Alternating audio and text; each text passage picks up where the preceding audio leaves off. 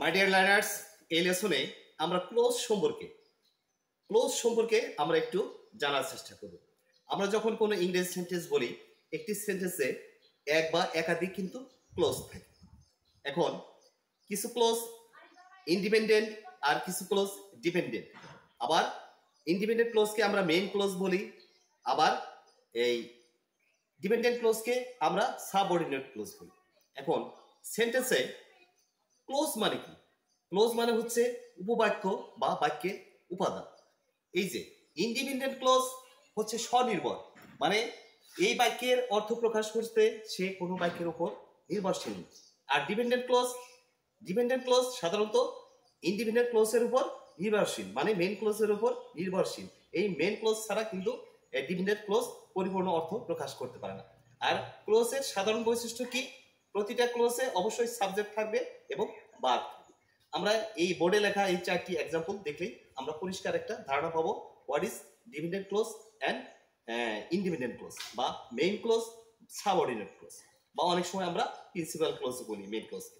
প্রথম সেন্টেন্সটা দেখি। I stayed at home because I was ill. I stayed at home because I was ill. আমি বাড়িতে ছিলাম কারণ আমি অসুস্থ ছিলাম। আমরা এই সেন্টেন্সের প্রথম অংশটুকু দেখি। I stayed at home। আমরা যদি এই বিকজের আগ পর্যন্ত চিন্তা করি, এই বিকজ ছাড়াও যদি আমরা চিন্তা করি, তাহলে কিন্তু একটি পরিপূর্ণ সেন্টেন্স হয়। I stayed at home, আমি বাড়িতে ছিলাম। আর এইটুকুর চিন্তা যদি করি, বিকজ আই ওয়াজ ইল, কারণ আমি অসুস্থ ছিলাম। দেখেন, কারণ আমি অসুস্থ ছিলাম, তারপরেও কিন্তু বলার কিছু থেকে যায়। তাহলে এই সেন্টেন্সটা কিন্তু এই যে ইন্ডিপেন্ডেন্ট বা মেইন ক্লোজ ছাড়া কিন্তু এই সেন্টেন্সের এই ক্লোজটুকু পরিপূর্ণ অর্থ প্রকাশ করতে পারতেছে না।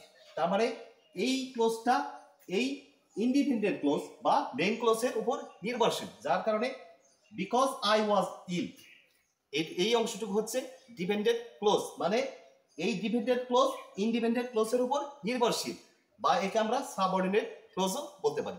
ঠিক আছে, আমরা দ্বিতীয়টা দেখি। অলদো হি ওয়াজ টায়ার্ড, যদিও সে ক্লান্ত ছিল, হি ফিনিশড হিজ হোমওয়ার্ক। আমরা সেন্টেন্সের এই অংশটাতে দেখি, হি ফিনিশড হিজ হোমওয়ার্ক, সে তার বাড়ির কাজ বা হোমওয়ার্ক শেষ করেছিল। আমরা সেন্টেন্সের আগের অংশটুকু বাদ দিয়ে যদি এই অংশটুকু দেখি, হি ফিনিশড হিজ হোমওয়ার্ক, সে তার বাড়ির কাজ বা হোমওয়ার্ক শেষ করেছিল, তাহলে এই অংশটুকু কিন্তু পরিপূর্ণ অর্থ প্রকাশ করে।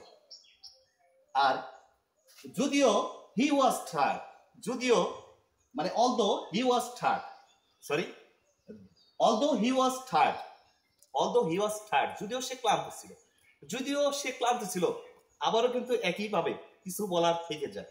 তাহলে দো হি ওয়াজ টায়ার্ড এই সেন্টেন্সে এটা হচ্ছে ডিপেন্ডেন্ট ক্লোজ বা সাবঅর্ডিনেট ক্লোজ।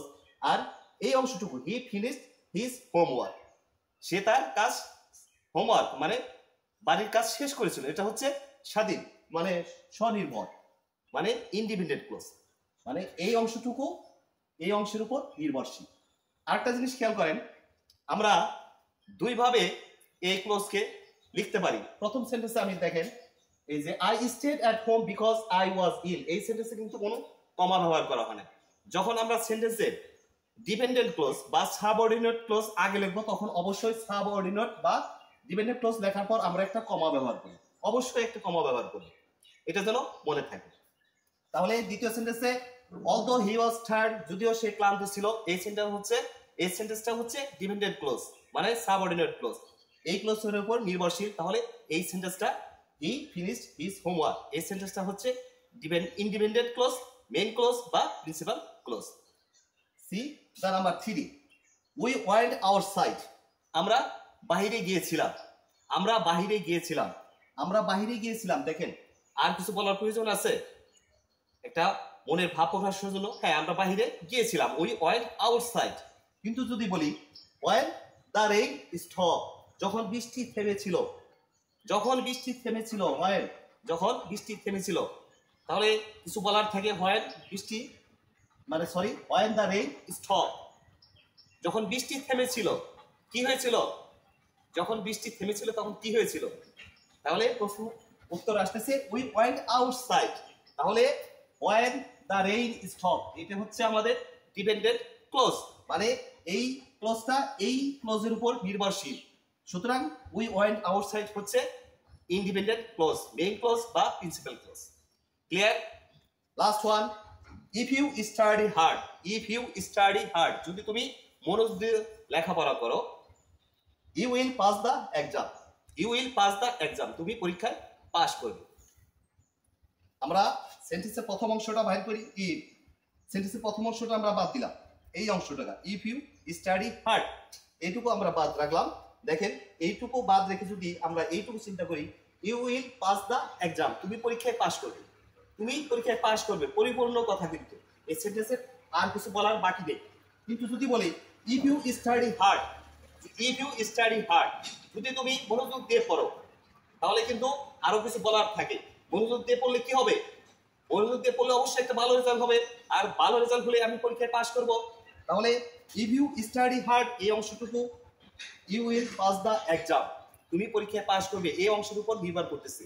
তাহলে ইফ ইউ স্টাডি হার্ড এই অংশটা হচ্ছে সাবঅর্ডিনেট ক্লজ বা ডিপেন্ডেন্ট ক্লজ, আর you will pass the exam এই অংশটুকু হচ্ছে ডিপেন্ডেন্ট ক্লজ, মেইন ক্লজ বা প্রিন্সিপাল ক্লজ।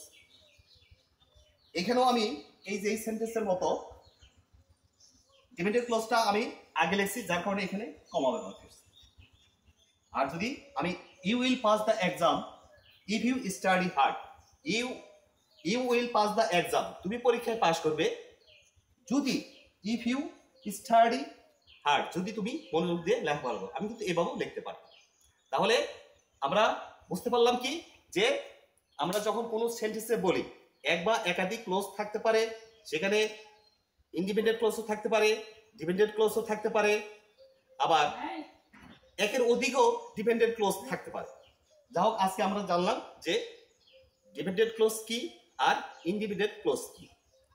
এখন এইরকম বিষয় বা এই টপিকসগুলো একটু অ্যাডভান্স লেভেলের, এই বিষয়গুলো যদি জানার কোনো মাই ডিয়ার লার্নার্স অ্যান্ড স্টুডেন্টস, যদি এই বিষয়ের উপরে মানে এই close, subordinate clause, dependent close বা কোঅর্ডিনেট ক্লোজ, গ্রামারে, ইংরেজি গ্রামারে এইসব বিষয় নিয়ে যদি কোনো কনফিউশন থাকে বা আপনার কোনো কিছু জানার থাকে, আমাকে ডিরেক্টলি প্রশ্ন করতে পারেন।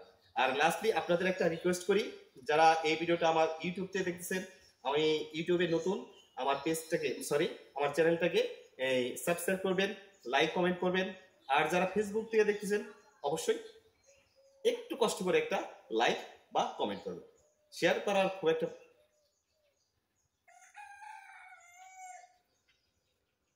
So my dear audience and learners, যদি ক্লোজ সম্পর্কে, ক্লোজ রিলেটেড কোনো প্রশ্ন থাকে আমাকে জিজ্ঞেস করতে পারেন। আর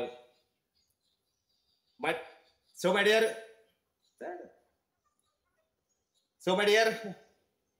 লার্নার্স এন্ড স্টুডেন্টস, এই ক্লোজ ইংরেজি গ্রামারের এই ক্লোজের টপিকসে যদি আপনাদের কোনো কনফিউশন থাকে বা কোনো জায়গায় বুঝতে কোনো কষ্ট হয়, তাহলে অবশ্যই আমাকে প্রশ্ন করবেন, আমি ইনশাল্লাহ উত্তর দেওয়ার চেষ্টা করব।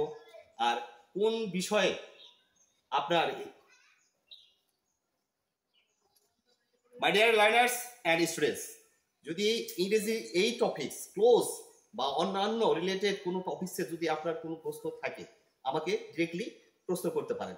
আর আজকে এই ক্লোজ সম্পর্কে যে আমি ক্লাসটা নিলাম বা আপনাদের বোঝানোর চেষ্টা করলাম, এর সম্পর্কে দু একটি কথা অবশ্যই লিখবেন।